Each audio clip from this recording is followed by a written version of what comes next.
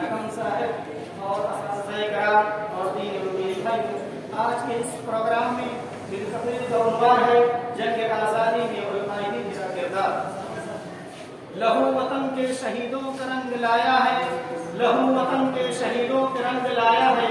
उछल रहा है जमीन पर नामे आज़ादी, उछल रहा है जमीन पर नामे आज़ादी। हिंदुस्तान 15 अगस्त 1947 को आजाद हुआ था। आज से 75 साल पहले अंग्रेजों ने हिंदुस्तान को लगभग 200 साल तक गुलाम बनाए रखा। पहले हिंदुस्तान आपसी में बटे हुए थे।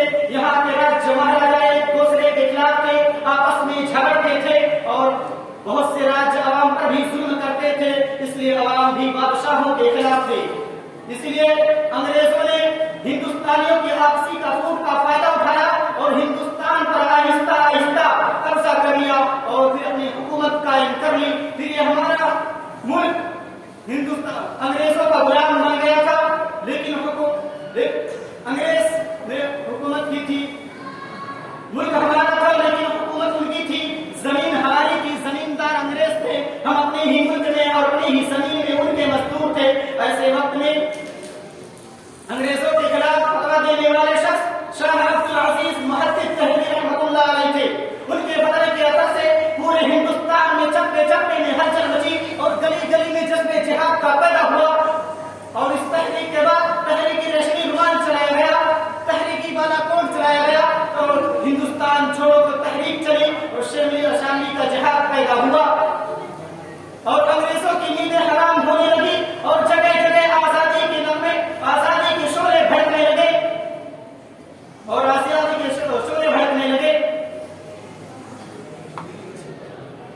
मोहतरम सामीन इकराम, और इस जिहाद आजादी में सैकड़ों उलमाए किराम ने फांसी के फंदे चूमे। इस मुजाहिदीन आजादी ने फांसी के फंदे चूमे। हमारे आबा और जदाद, हमारे पुरखों ने अपने बच्चों को यतीम किया, औरतों को बेवा किया और जेल की काल कोठरी को आबाद किया। तब जाकर हमारा मुल्क आजाद हुआ, जिनमें अहम शख्सियत महात्मा गांधी जी, जवाहरलाल नेहरू, मौलाना अबुल कलाम आजाद, मौलाना मोहम्मद अली जौहर और मौलाना हजरत मोहनी सुभाष चंद्र वगैरह अहम है।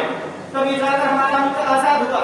इन मुजाहिदीन आजादी की एक बड़ी लिस्ट है जिनमें हिंदू भी और मुसलमान भी हैं। एक वक्त वो भी आया कि हिंदू मुस्लिम दोनों ने मिलकर एक ही प्लेट में खाना खाया, तभी जाकर हमारा मुल्क आजाद हुआ। तभी ये मुल्क आजाद हो सका। अगर ये पहले से तय होता कि किसी तबके के साथ सौतेला सलूक किया जाएगा तो ये मुल्क आजाद नहीं हो सकता था। इसी बात की जरूरत है कि आज उलमाओं की कदर की जाए, उनकी कुर्बानियों की याद ताज़ा की जाए, उनके वारिसीन और औलाद को हक मुल्क के वसाइल से जैसा फायदा उठाने का मौका दिया जाए, उनके हुकूक बराबर किए जाए और उनका तहफ़्फ़ुज़ किया जाए। अब आखिर में मैं अपनी बात को एक शर्त के साथ खत्म करता हूँ। हमारा खून भी शामिल है पसीने गुलसिता में, हमारा खून भी शामिल है पसीने गुलसिता में। हमें भी याद कर लेना, हमें भी याद कर लेना चमन में जब बहार आए।